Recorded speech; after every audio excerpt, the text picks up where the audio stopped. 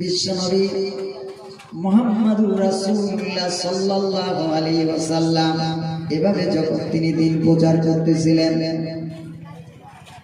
আমার ভাইরা, নবী যখন এই দিন প্রচার করছিলেন, তার দিনের বাধা দিয়েছিল। সেই সময় তিনটে শক্তি বাধা দিয়েছিল। তিনটে শক্তির মধ্যে কারা? প্রথমে বাধা দিয়েছিল রাষ্ট্র শক্তি,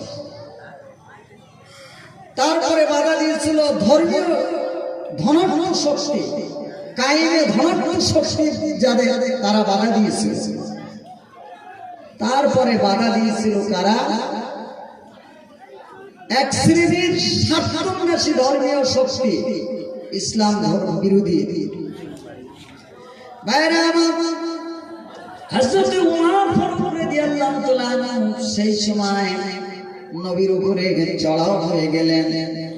সেই সময় নবীর বিরোধী যে সমস্ত ইসলামের যে সমস্ত শত্রু ছিল, কমান্ডার নেতা ছিল আবু লাহাব, আবু জাইল, সাইবা, এমন করে এই সমস্ত ইসলামের দুশমনেরা ছিল। হযরত উমর ফারুক রাদিয়াল্লাহু তাআলা তখন ঈমান আনেনি, কালেমা পড়েনি, ইসলাম গ্রহণ করেনি। কিন্তু উমর ফারুক রাদিয়াল্লাহু তাআলা বিশ্ব নবী জনাবে মুহাম্মদুর রাসূলুল্লাহ সাল্লাল্লাহু আলাইহি ওয়াসাল্লামের বিরুদ্ধে তিনি রাত দিন চেষ্টা করতেছে আল্লাহর নবীর সাথে যুদ্ধ করার জন্য, হুজুরের পবিত্র মাথা মোবারক শিরচ্ছেদ করার জন্য, হত্যা করার জন্য। কে? হযরত উমর ফারুক রাদিয়াল্লাহু তাআলা। কি ঈমান আনেনি তখন। যদি কেউ ইসলাম ধর্ম গ্রহণ করে উমর ফারুকের সামনে বলে, তাকে ক্ষমা করবে না। আর উমর ফারুক ছিল সেই যুগের বীর যোদ্ধা, যেমন তেমন বীর যোদ্ধা ছিল না। বুঝতে পারছেন? হযরত উমর ফারুক রাদিয়াল্লাহু তাআলা রাস্তায় বেরিয়েছে, কে ইসলাম কবুল করছে কে না করছে খোঁজ খবর নিয়ে রাস্তায় বেরিয়েছে। এমন সময় একজন বলতেছে, ভাই উমর কোথায় যাচ্ছ? বললেন, আমার কাজ নবী হত্যা করার জন্য। তা বলছে, তুমি তো নবী হত্যা করতে বেরিয়েছো, তুমি কি কোনো খবর পেয়েছো? নিজের খবর নিয়েছো? তো বলেন না। বলছে, তোমার নিজের পরিবারের মধ্যে থেকে তোমার বোন ইসলাম কবুল করেছে গোপনে। শুধু বোন না, আর একটা খবর বলি, তোমার আপন দোয়া ভাই সে ঈমান এনেছে, কালেমা পড়েছে গোপনে। তুমি আগে তোমার বোন আর বোনাইকে আগে সামলাও, তারপর নবীর সাথে যেও। হযরত উমর ফারুক জানতো। বলে, তাই? ঘটনা শুধু কোরআনের মান মর্যাদা, কোরআনের কত দাম, কত মূল্য। আমার ভাইরা, আপনারা যখন অন্যমনস্ক হয়েছেন, তাই আমি এই আলোচনাগুলো করতে বাধ্য হলাম। বুঝতে পারছেন? হযরত উমর ফারুক রাদিয়াল্লাহু তাআলা রাস্তায় তখন মাথাটা বিগড়ে গেল। আমি তো নবীর বিরুদ্ধে যাচ্ছি, কিন্তু আমার নিজের বোন যদি কালেমা পড়ে, দোলা ভাই যদি ঈমান আনে, আগে তো তাদের শাসন করতে হবে, তারপর পর। দোলাভাইয়ের বাড়িতে গেলেন, বোনের বাড়িতে গেলেন।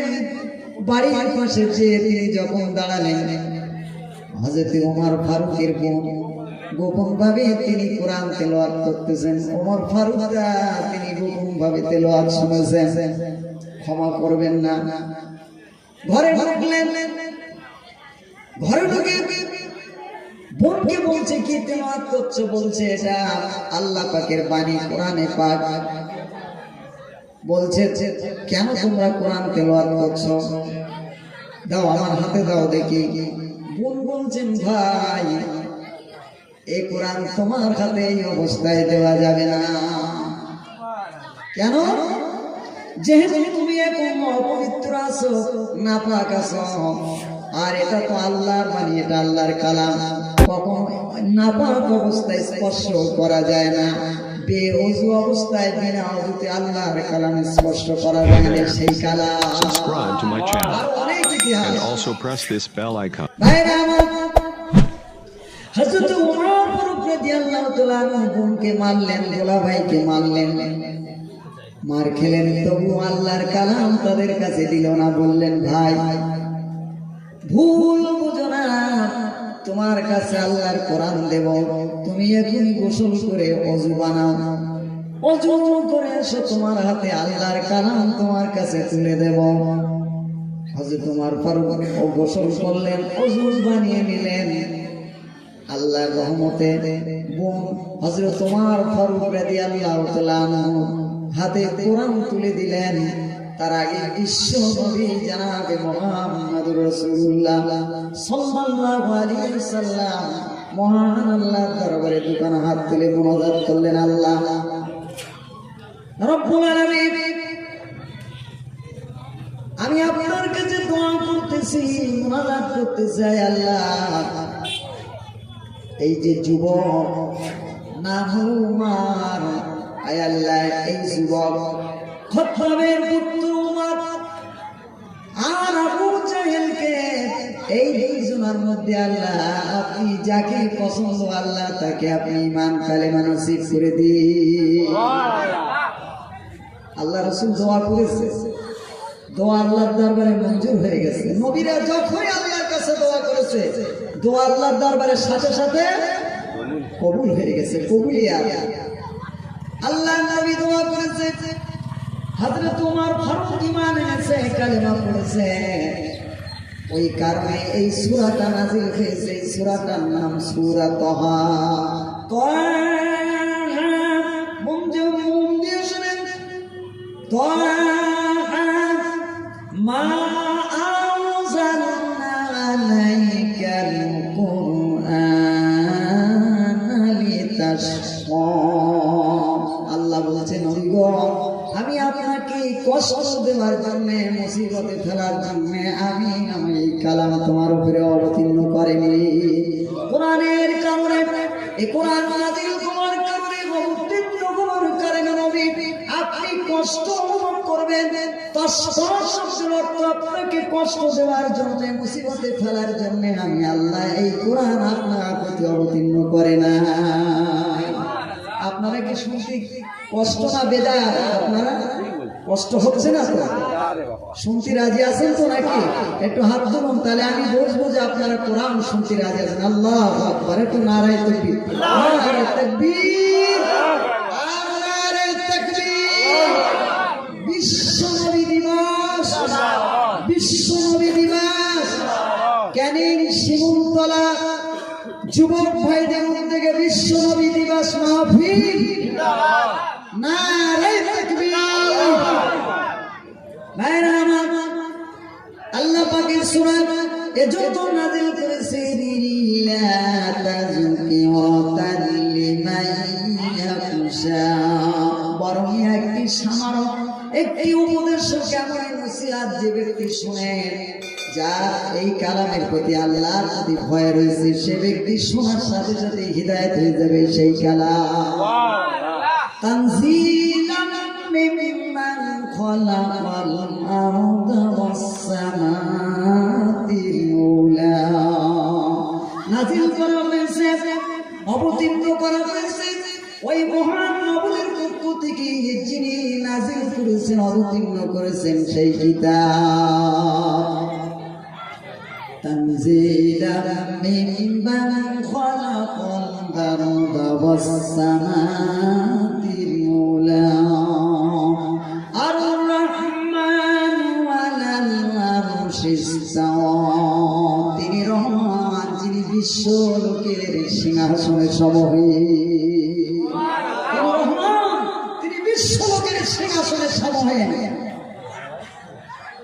আর রহমানু আলাল আরশিস ইস্তাওয়া, লাহু মা ফিস সামাওয়াতি ওয়া মা ফিল আরদি ওয়া মা বাইনাহুমা ওয়া মা তাহতাস সারা। মন দিয়ে শুনেন, আমি তো কোরআন পড়ছি, না তো আল্লাহর বাণী, আরবি ভাষা, আর মাতৃভাষাটা হলো কি? আমার আপনার মাতৃভাষা কি? কথা বলে, আমি তো কোরআন পড়ছি, কোরআনতে আল্লাহর বাণী তো আরবি ভাষা তো নাকি? আর আমার আপনার মাতৃভাষাটা কি? বলেন বাংলা। তা আমি আপনাদের বাংলা বুঝাচ্ছি তো, তা ভালো লাগছে না নাকি? আল্লাহ আকবার। একটু জমে জমে বসেন। আমি বিশ্ব নবী দিবস নবী পাকের জীবনের ইতিহাস, তার চরিত্র এ সম্পর্কে আলোচনা ইনশাল্লাহ আল্লাহ যদি তৌফিক দেয় ইনশাল্লাহ করব। শুনতে রাজি আছেন তো নাকি? লাহু মা ফিস সামাওয়াতি ওয়া মা ফিল আরদি ওয়া মা বাইনাহুমা ওয়া মা তাহাতাস সামাওয়াত। যা আছে আসমানের জমিনে, যা আছে আসমান জমিনে, আর যা আছে আসমান জমিনের মাঝখানে, আর যা আছে মাটির ভূগর্ভে, আল্লাহ রাব্বুল আলামিন সেই সবের মালিক। আসমান জমিনে যা কিছু আছে এবং আসমান জমিনের মাঝখানে আর মাটির ভূগর্ভে যা কিছু আছে এর মালিক কে? আর আপনারা খেয়াল করলেন না? আল্লাহ বলছেন লাহু মা ফিস সামাওয়াতি ওয়া মা ফিল আরদি। আমরা তো কোরআন পড়ি কিন্তু তো তার মানে বুঝি না, তার মানে তো বুঝি না। আমি আপনাদের তার কোরআনের যতটুকু পাচ্ছি তার মানেটা বোঝানোর চেষ্টা করছি। আপনারা শুনতে রাজি না নাকি? লাহু মা ফিস সামাওয়াতি ওয়া মা ফিল আরদি ওয়া মা বাইনাহুমা ওয়া মা তাহাতাস সামাওয়াত। আসমান জমিনে যা কিছু আছে আর যা আছে আসমান জমিনের মাঝখানে, আর যা আছে মাটির ভূগর্ভে, তাহাতা সারা জমিনের তলদেশে মাটির ভূগর্ভে, এই সবের মালিক হতেছেন আমার আল্লাহ। আসমানে কি হয়, আসমানের কোথায় কি ঘটছে কিনা সব কিছু খবর কে রাখেন? আমার আল্লাহ রাখেন। জমিনের মাঝখানে কি হচ্ছে আল্লাহ খবর রাখেন। ভাইরা আমার, সমুদ্রের মধ্যে অতল তলদেশ, পানির তলদেশে, বড় বড় মহাসাগরের পানির তলদেশে কত জীব জন্তু রয়েছে, কত প্রাণী রয়েছে। ওই প্রাণীগুলো যদি কোনো একটি ক্ষুদ্র প্রাণী ক্ষুধার্ত অবস্থায় যদি পেটের যন্ত্রণায় মাছের মতো কিংবা অন্য বড় জন্তু যদি ক্ষুধার যন্ত্রণায় যদি পানির মধ্যে ছটফট করে, কেউ খবর রাখে না। আল্লাহ বলে আমি খবর রাখি, আমি জানতে পারি, আমার কাছে খবর হয়ে যায়। এমনকি কোন গাছের পাতা লাল বর্ণ বিচ্ছিন্ন হয়ে যদি কোন গাছের পাতা কোন সময় কখন পড়ে, আল্লাহ বলে তাও খবর আমার কাছে হয়ে যায়। এই আয়াতে আরো ব্যাখ্যা এসেছে। তাহলে আমরা এই দুনিয়ায় কত চুরি করে, কত আল্লাহর ফাঁকি দিয়ে কত গুনাহ করি, কত কাজ করি। নেতা নেত্রী, ব্যবসায়ী, কিছু ব্যবসায়ী, মন্ত্রী, দেশের গভর্নর, প্রেসিডেন্ট, জমিদার, মহাজন, কত আল্লাহকে ফাঁকি দিয়ে। আল্লাহকে কি ফাঁকি দেওয়া যাবে? এই কোরআনের আয়াতে আল্লাহ বলছে যে সব কিছু আমার খবর হয়ে যায়, তোমরা কখন কি করছো। এই সীমান্তলা এলাকায় এমন একটা জায়গা আছে নাকি যে চতুর্দিকে আপনার ধরে নেন সমুদ্র পানি বা চতুর্দিকে জঙ্গল বাঘ সিংহ রয়েছে, সেখানে কোনো মানুষ যেতে পারে না। এমন একটা নিবিড় জঙ্গলে একজন মানুষ যদি আল্লাহকে চুরি করে গোনা করে আর আল্লাহ জানতেন, এমনটা হবে নাকি? এরপরে আল্লাহ বলেন ভাই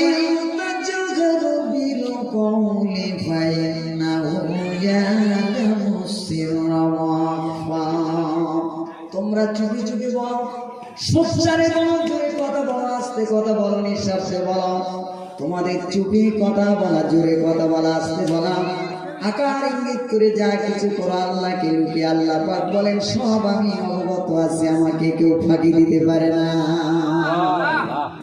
আল্লাহু লা ইলাহা ইল্লাহু লাহুল আসমাউল হুসনা।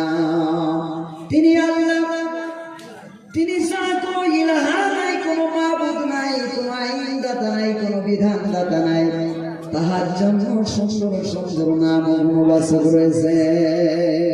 সুবহানাল্লাহ সুবহানাল্লাহ। ভাইরা আমার, আজকে আমরা বিশ্ব নবী দিবস মহব্বতের সাথে আমরা টাকা পয়সা দিয়ে অসুবিধা হচ্ছে। ভাইরা আমার, এই যে বিশ্ব নবী দিবস, নবীর মহব্বতে আমরা এই আপনারা চাঁদা দিয়েছেন, টাকা পয়সা দিয়েছেন, মাহফিল করছেন। ভাই,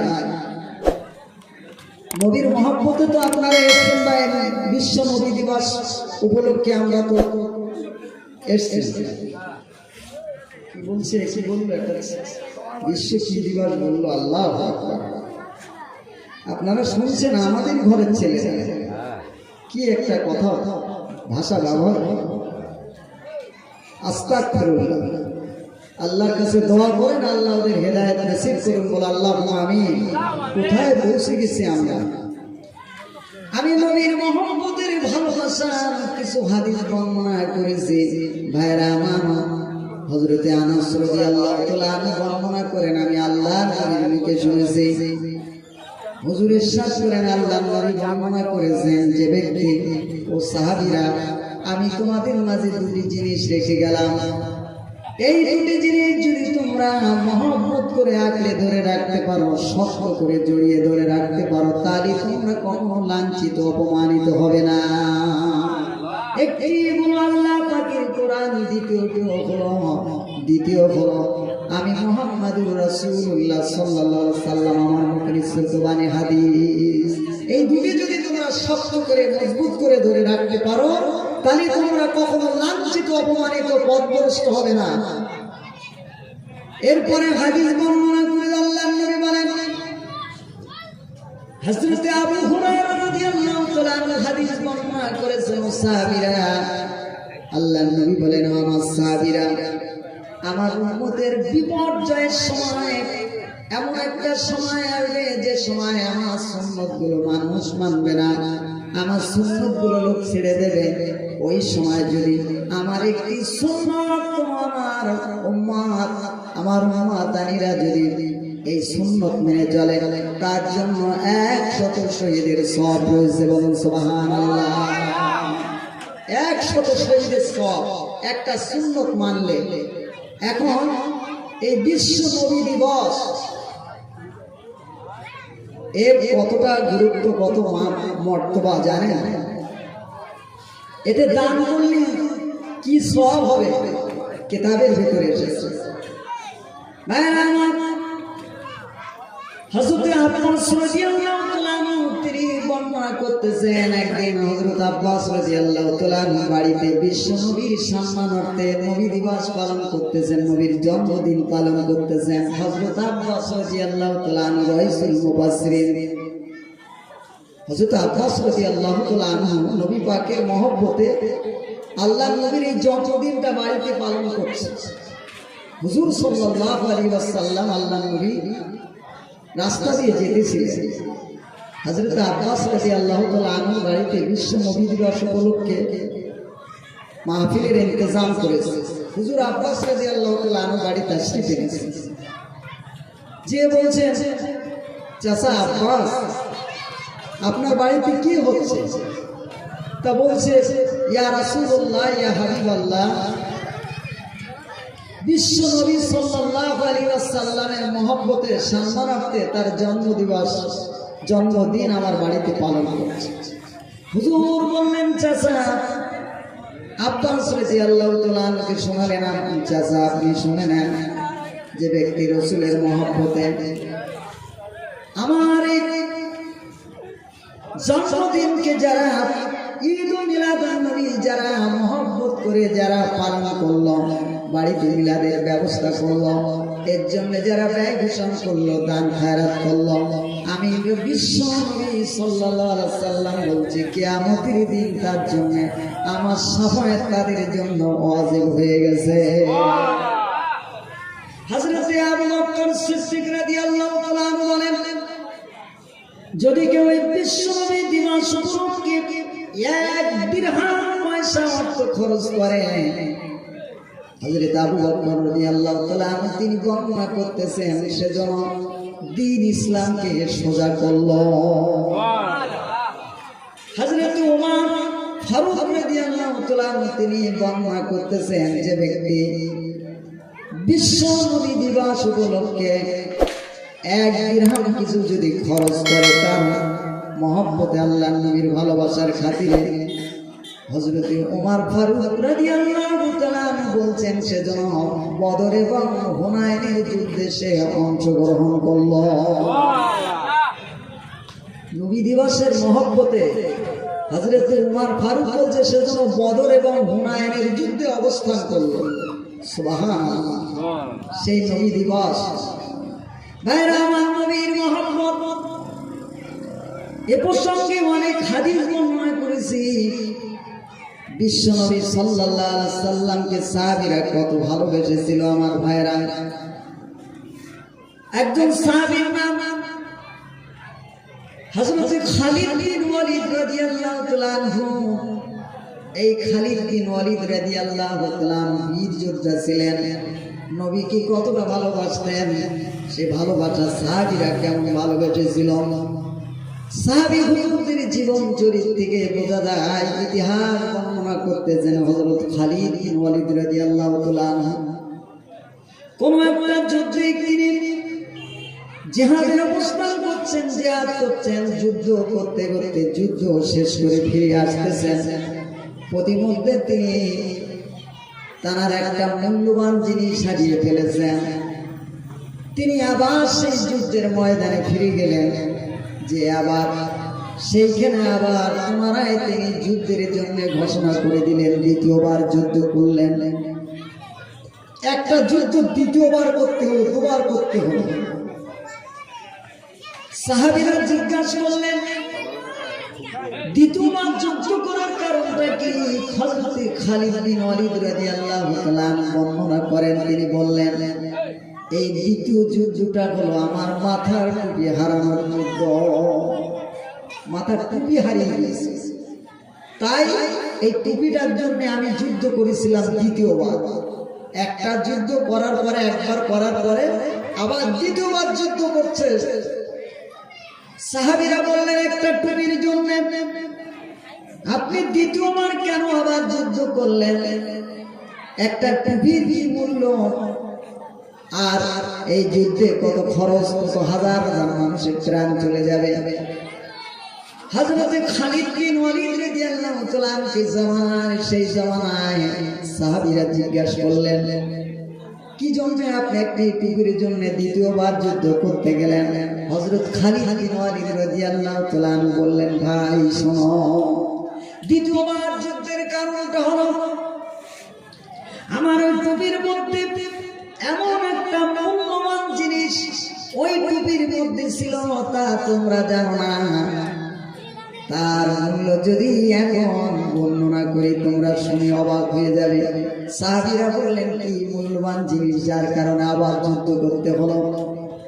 হযরত খালিদ বিন ওয়ালিদ রাদিয়াল্লাহু তাআলা বললেন, ও সাহাবীরা, আমার এই টুপিটা শুধু টুপি না, এই টুপির মধ্যে বিশ্বনবী মুহাম্মদুর রাসূলুল্লাহ সাল্লাল্লাহু আলাইহি ওয়াসাল্লামের মাথার চুল দিয়ে আমার এই টুপি সেলাই করা ছিল। সাহাবীরা এই টুপির মধ্যে বিশ্বনবীর মাথার চুল দিয়ে সেলাই করা ছিল। ওই টুপিটা বিশ্বনবীর চুলের সংরক্ষণের কারণে দ্বিতীয়বার আমি খালিদ যুদ্ধ করেছি। আপনারা তো আশ্চর্য হচ্ছে, জলসা তো কর্ম কাকে নিয়ে, বুঝতে পারছেন? নবী পাকের একজন সাহাবী হুজুরের কাছে এসে বললেন, ইয়া রাসূলুল্লাহ, ইয়া হাবিবাল্লাহ, আমি আপনাকে এত মহব্বত করি, এত যত্ন করি, আপনার প্রেমে আমার জীবন গঠন করেছি। হুজুর গো, মহব্বতের কারণে আমি যখন ঘরে চলে যাই, পরিবারের মধ্যে, বিবি বাল বাচ্চার মধ্যে থাকি, ইয়া রাসূলুল্লাহ, আপনার কথা মনে হলে আমার আপনার কাছে আবার চলে আসতে হতো। সাহাবীটা বলছে, ইয়া রাসূলুল্লাহ, আপনার ভালোবাসার কারণে, মহব্বতের কারণে আমি বাড়ি থাকতে পারতাম না। কখনো পরিবারের মধ্যে সংসারের মধ্যে যখন আপনার নাম আমার মনে হতো, আপনার মহব্বতে আমার কলিজা জ্বলে উঠতো, আমি আর বাড়ি দাঁড়াতে পারতাম না। ইয়া রাসূলুল্লাহ, আপনার কাছে আমার চলে আসতে হতো, নতুবা জমিন ফিট হয়ে যেতাম, বেহুশ হয়ে যেতাম। নবীর মহব্বত সাহাবীরা কেমন করে করেছে ইতিহাস সাক্ষী। হুজুরের কাছে বললেন, ইয়া রাসূলুল্লাহ, কিন্তু আমার মনের বড় ইচ্ছা, কিয়ামতের দিন বিচার শেষে নবীরা তো একসাথে, নবীরাই জান্নাতে থাকবে। ইয়া রাসূলুল্লাহ, সেদিন তো আপনার সাথে থাকতে পারবো না। ইয়া রাসূলুল্লাহ, আমার উপায় কি হবে? সেই দিনের চিন্তায় আমি পাগল হয়ে যেতেছি। আমার উপায় কি হবে? সেদিন তো আমি আপনার সাথে থাকতে পারবো না। নবী স্পেশাল ভাবে থাকবে। ইয়া রাসূলুল্লাহ, আমি তো সেদিন একা থাকতে হবে, সেদিন আপনার না পেয়ে আমার সেই দিনের উপায় চিন্তা হচ্ছে। ভাইরা, ওই সময় কোরআন পাকের আয়াত, ওমা ইউতির রাসূল ফাউলাইকা মাআল্লাযীনা আনআমা আল্লাহু আলাইহিম মিনান নাবিয়্যিনা ওয়াস-সিদ্দীকিনা ওয়াশ-শুহাদা'i ওয়াস-সালিহুন ওয়া হাসুনা উলাইকা রাফীক। যারা আল্লাহ তার রাসূলের প্রেমে, আল্লাহ তার রাসূলের মহব্বতে ভালোবেসে জীবন গঠন করেছে, রাসূলের তরিকায় সাহাবাদের জীবন চরিত্র, তাদের রাস্তায় তাদের যারা জীবন গঠন করেছে, রাসূলকে ভালোবাসেছে, ইত্তেবা করেছে, অনুসরণ করেছে, মরণের পরে এবং কিয়ামতের দিন ওই সমস্ত মানুষরা নবীদের সঙ্গে তাদের হাসর নাসর হবে। বলুন সুবহানাল্লাহ। শুধু নবীদের সাথে হবে না, মুমিন মুত্তাকিন আল্লাহওয়ালা দিনদার শহীদদের সাথে তাদের জান্নাতে হাসর নাসর হবে। শহীদান মানে কি? ধর্মযুদ্ধে যারা শহীদ হয়ে গেছে তাদের কোনো হিসাব হবে না। সুবহানাল্লাহ বলেন, আর জবান খুলে বলুন সুবহানাল্লাহ। ধর্মযুদ্ধে যারা শহীদ হয়েছে, তবুকের ময়দানে, উহুদের ময়দানে, বদরের ময়দানে, হুনাইনের ময়দানে, কাদিসিয়ার ময়দানে, বিভিন্ন যুদ্ধে যারা জান দিয়েছে, মাল দিয়েছে, যারা জিহাদ করে যারা শহীদ হয়ে গেছে কাফেরদের তীরে তলোয়ারে, কিয়ামতের দিন ওই শহীদরা তারা সেখান থেকে উঠবে। কেউ বা মাথা কাটা অবস্থায়, কেউ বা কাটা মুন্ড হাতে নিয়ে উঠবেন, কেউ বা তলোয়ারের আঘাত দিয়ে উঠবেন, কেউ বা তীরের জখম নিয়ে উঠবেন, কেউ বা বুকে হাত দিয়ে উঠবেন। আল্লাহ পাক তো সব জানবেন। সেদিন আল্লাহ জিজ্ঞাসা করবেন, হুসাইন রে, তোমার হাতে কেন তোমার মুন্ডটা? সেদিন জিজ্ঞাসা করা হবে ওই সমস্ত শহীদদের, তোমাদের পিঠে কেন গ্রেনেডের দাগগুলো রয়েছে? তোমাদের পিঠে কেন ফুলের দাগ রয়েছে? হাতগুলো কেন কাটা দাগ? পিঠগুলো কেন আগুনে পোড়া গর্ত? আল্লাহ তো জানেন। তবু আল্লাহ কিয়ামতের দিন আল্লাহ সবার সামনে বলবে, তোমাদের এই অবস্থা কেন? সেদিন তো বলবেন, রব্বুল আলামিন, আপনি তো সব জানেন। আপনার দিন পৃথিবীতে প্রতিষ্ঠিত করার জন্য, দিন ইসলাম কায়েম করার জন্য, ঈমান ইসলাম ঈমান আনার কারণে কাফের জাতিরা আমাদের সহ্য করতে পারে না। এই অপরাধে রব্বুল আলামিন আমাদেরকে কাফেরদের হাতে শহীদ হয়েছিল আপনার দিনকে কায়েম করার জন্য, আপনার দিন পৃথিবীতে প্রতিষ্ঠিত করার জন্য জান দিয়েছি, মাল দিয়েছি। প্রয়োজনে রব্বুল আলামিন আমরা আমাদের দেশ ত্যাগ করে হিজরত করে আমরা অন্য দেশে চলে গেছি। আল্লাহ বলে, যাও, আজ তোমরা জান্নাতে, তোমাদের কোনো হিসাব হবে না। শহীদদের লাশ কাপড় রক্তমাখা অবস্থায়, যদি গোসল করার পানির বন্ধ ব্যবস্থা না থাকে, তাদের রক্ত মাখা অবস্থায়, রক্ত কাপড় জড়ানো অবস্থায় তাদের কবর দেওয়ার বিধান রয়েছে। আল্লাহ বলেন, এই মর্যাদা আমি শহীদদের দান করেছি। সুবহানাল্লাহ। আল্লাহ নবী বলেন, সাহাবীরা যারা আল্লাহ তার রাসূলের সাথে প্রেম প্রীতি ভালোবাসা মহব্বত করেছে, রাসূলের তরিকায় জীবন গঠন করেছে, কিয়ামতের দিন ওই সমস্ত মানুষেরা নবীদের সঙ্গে থাকবে, শহীদানদের থাকবে।